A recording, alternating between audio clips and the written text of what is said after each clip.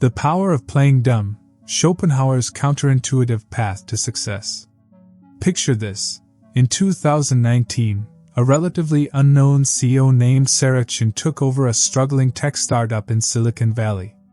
Unlike her predecessors who boasted about their Stanford degrees and previous exits, Chin had a peculiar approach. She consistently downplayed her achievements, including her double PhD in computer science and artificial intelligence. During meetings, she would often ask simple questions and appear less knowledgeable than she truly was. Within 2 years, she had transformed the company from a $2 million venture to a $200 million success story. Her secret? She had mastered what German philosopher Arthur Schopenhauer called the art of playing dumb. In today's world of personal branding and constant self-promotion, the idea of deliberately appearing less capable seems counterintuitive, even foolish. We're taught to showcase our achievements, to prove our worth, to demonstrate our expertise at every opportunity. LinkedIn profiles overflow with accomplishments, and Twitter feeds burst with humble brags. Yet, some of the most powerful people in history have discovered a paradoxical truth. Sometimes, the path to true power lies in appearing powerless. This isn't about deception or manipulation. Rather, it's about understanding a fundamental aspect of human psychology that Schopenhauer identified nearly 2 centuries ago. When we appear less threatening, people lower their guards. When we seem less capable, they underestimate us. And when we appear to know less, they reveal more. This dynamic creates opportunities that would never exist if we were constantly flexing our intellectual muscles. Consider the story of Admiral Chester Nimitz during World War II. Before the Battle of Midway, he would often appear uncertain and seek advice from his subordinates, even though he had already formulated his strategy. This approach not only helped him gather additional insights, but also made his team feel more invested in the decisions. When victory came, it wasn't seen as Nimitz's triumph alone, but as a collective achievement. But where did Schopenhauer develop this unconventional wisdom? The answer lies in a letter he received at the age of 19, a letter that would shape not just his philosophy, but his understanding of human nature itself. The origins, a mother's letter. On a crisp autumn morning in 1807, young Arthur Schopenhauer received a letter from his mother, Johanna. The contents of this letter would prove to be a turning point in his intellectual journey. Johanna, herself an accomplished writer and intellectual, didn't mince words. Your constant need to demonstrate your superior knowledge, she wrote, is making you insufferable to others. Your cleverness, however exceptional, becomes useless to the world when it alienates those around you. For the young philosopher, who had already developed a reputation for his brilliant but cutting intellect, this criticism struck deep. Here was a teenager who could quote Plato in original Greek and discuss complex philosophical concepts with seasoned academics. Yet he was failing at something far more fundamental, connecting with other human beings. Schopenhauer's early life had been marked by intellectual achievement. By the age of 15, he could speak multiple languages and had read works that many adults would find challenging. But this letter forced him to confront an uncomfortable truth: being right isn't always the same as being effective. His mother had identified a pattern that many gifted individuals face: the curse of intellectual superiority. This personal struggle would later inform his philosophical writings about intelligence, wisdom, and social interaction.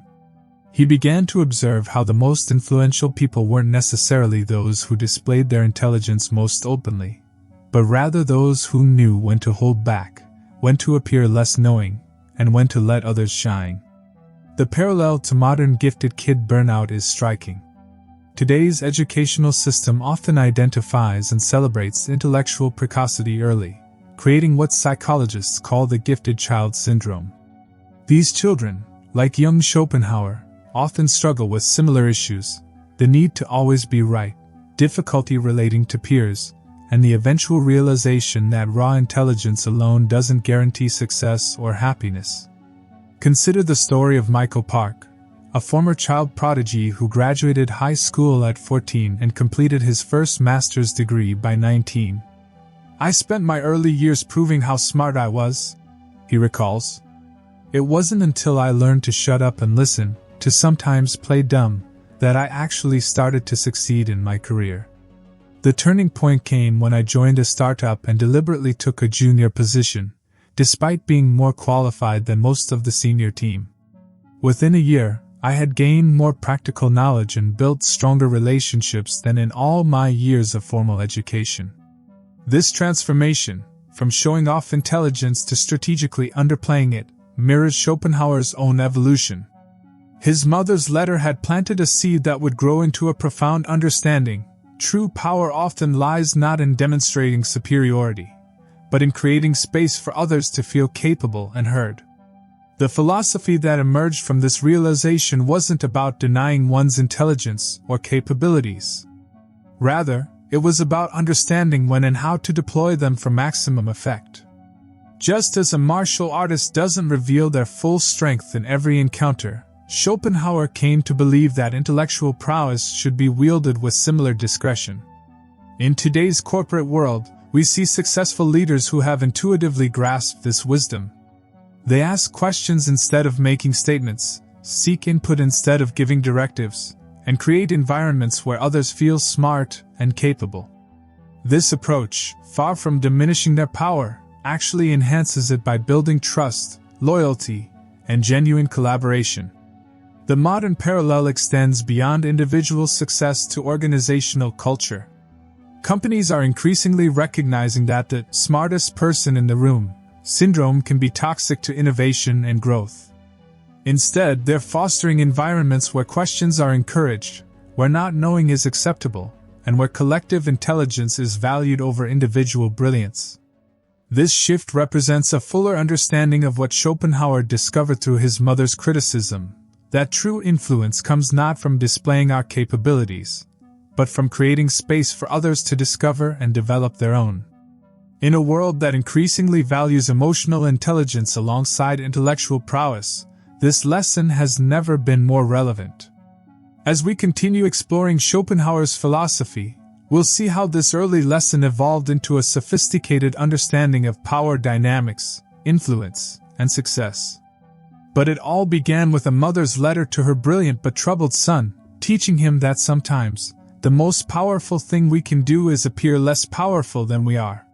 The strategic advantage of appearing weak. History's greatest strategists have long understood that appearing weak when strong is often more advantageous than displaying power outright. Sun Tzu, in his timeless masterpiece, The Art of War, famously advised, "Appear weak when you are strong, and strong when you are weak."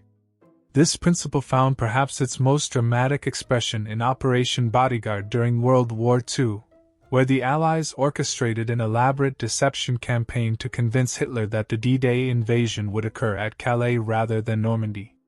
Through calculated displays of weakness and misdirection, they achieved one of military history's most successful strategic deceptions. In the corporate world, Apple has refined this art to near perfection. Before major product launches, the company traditionally maintains an air of uncertainty, or even apparent technological limitation. When competitors boast about their features, Apple remains quiet, often leading industry analysts to underestimate their capabilities. Then, when they reveal products that exceed expectations, the impact is magnified. This strategy has repeatedly transformed potential skepticism into market-moving enthusiasm.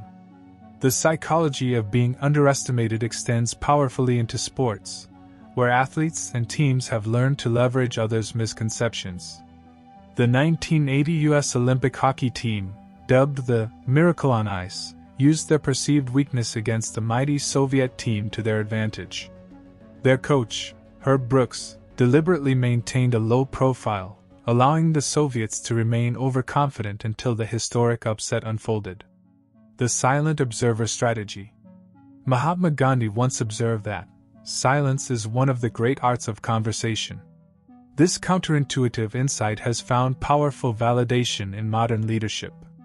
Consider the case of Ursula Burns, who rose from intern to CEO at Xerox not through dominant personality but through careful observation and strategic silence.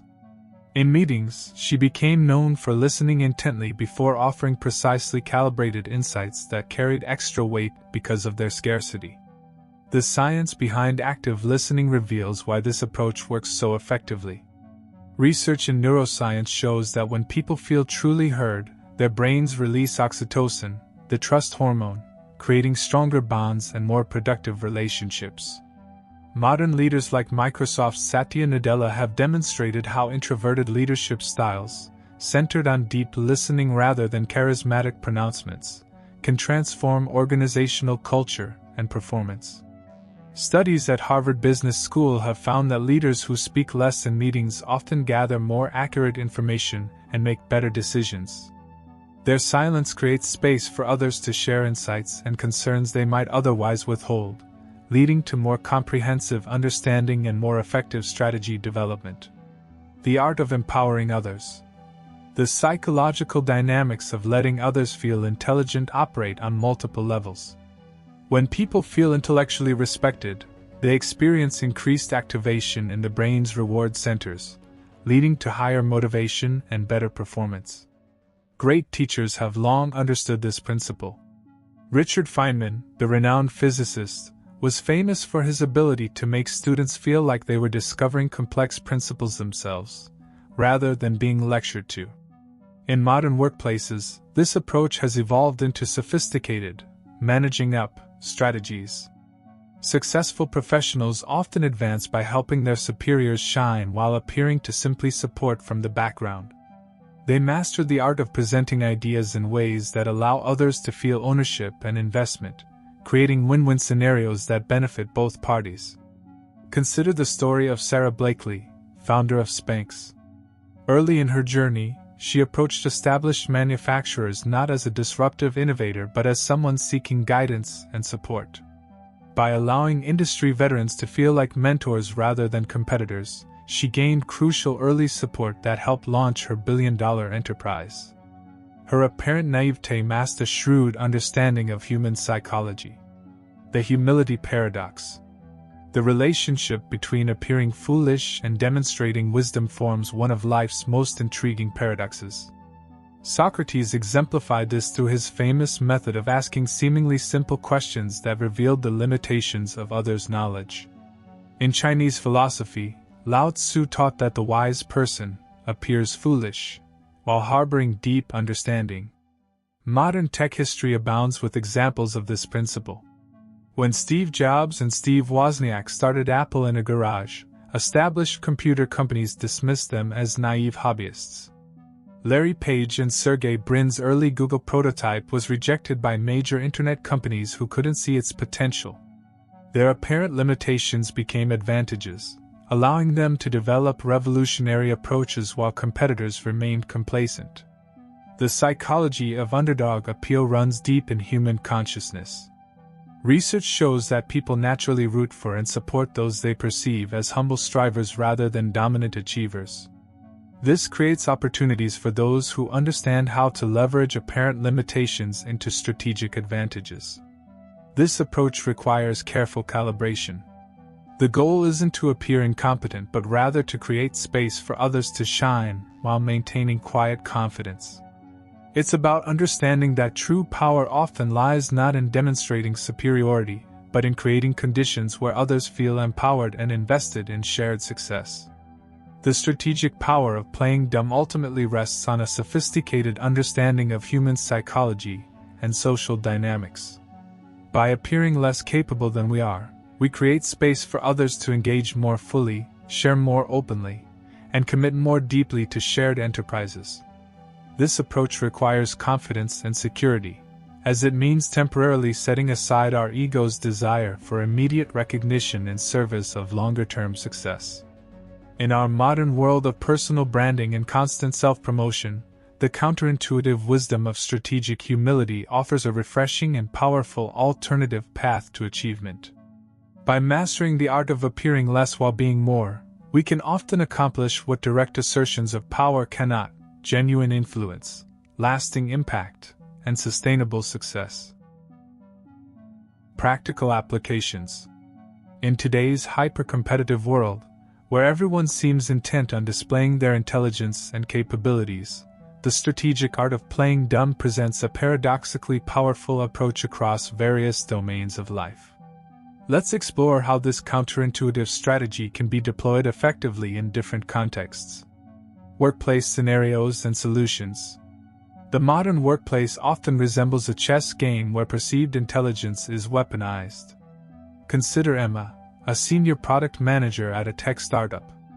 During crucial meetings, she noticed how her colleagues rushed to showcase their expertise, often talking over each other and missing vital insights in their eagerness to appear brilliant. Emma adopted a different approach. She would ask seemingly naive questions about basic assumptions, playing the role of the uninformed team member. "I might be missing something obvious here, but could someone explain why we're prioritizing feature X over feature Y?" This approach accomplished several things simultaneously.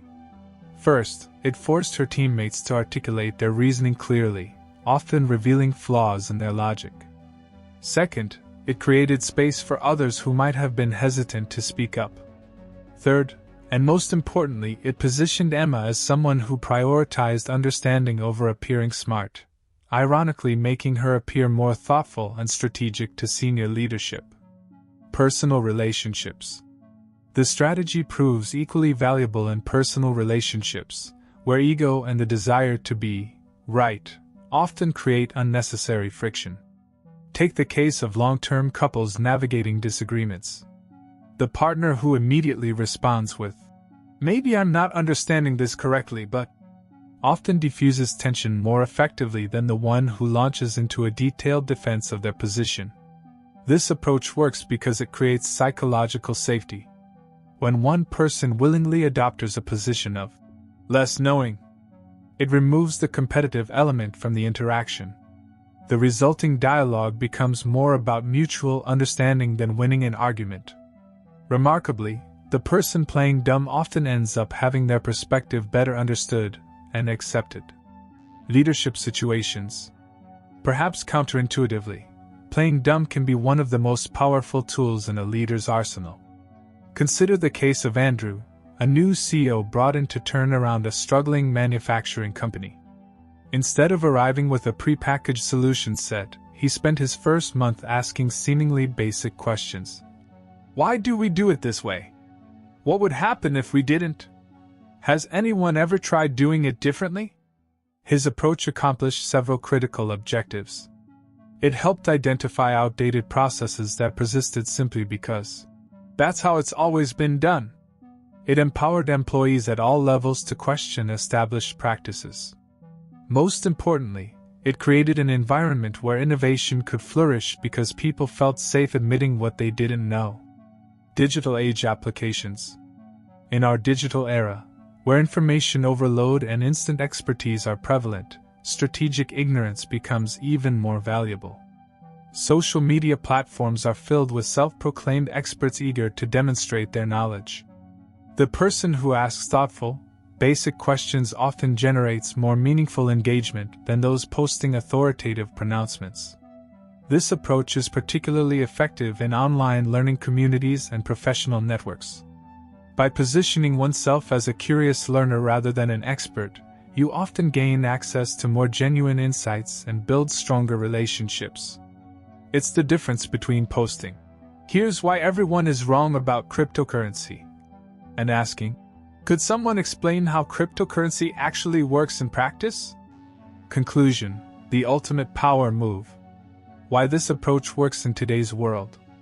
The effectiveness of playing dumb in contemporary society stems from several key factors. First, we live in an age of unprecedented complexity, where admitting the limitations of our knowledge is actually a sign of wisdom. Second, the current emphasis on emotional intelligence and authentic leadership creates space for more nuanced approaches to influence. Finally, in a world where everyone is trying to prove their expertise, the person who isn't afraid to appear unknowing often stands out as more authentic and trustworthy. How to start implementing these principles? Beginning to implement this strategy requires a fundamental shift in mindset. Start small, perhaps in low-stakes situations where you'd normally feel compelled to demonstrate your knowledge. Practice asking questions that might seem basic but actually probe fundamental assumptions. Pay attention to how people respond when you take this approach versus when you try to demonstrate expertise.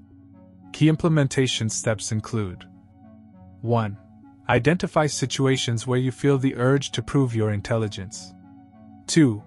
Practice reframing your contributions as questions rather than statements. 3. Notice the difference in how people respond to curiosity versus authority. 4. Build comfort with the temporary discomfort of appearing less knowledgeable.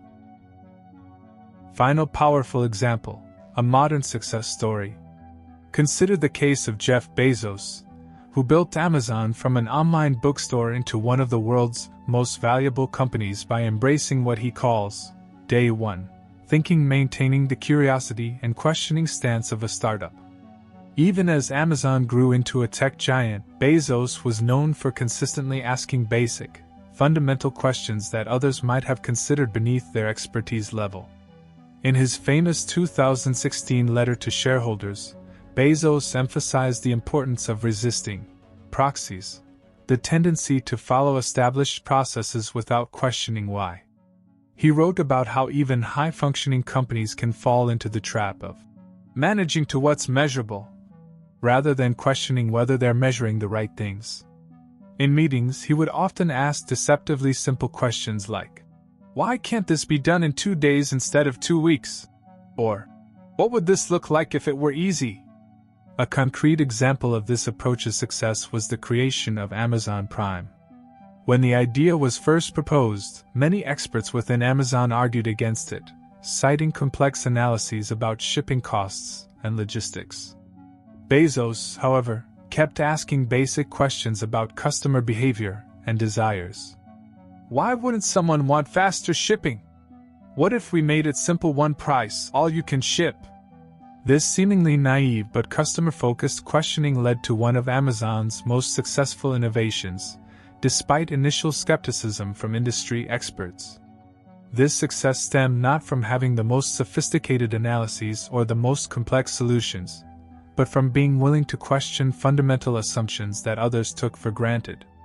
By maintaining this approach of asking seemingly basic questions, Bezos created a culture of innovation that helped transform Amazon from an online bookstore into a global technology leader.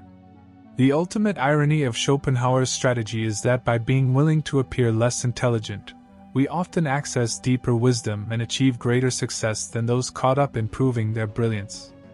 In a world increasingly dominated by artificial intelligence and automated expertise, the human capacity to ask naive but profound questions becomes ever more valuable. The power of playing dumb, when wielded consciously and strategically, might just be the most sophisticated approach to navigation our complex modern world.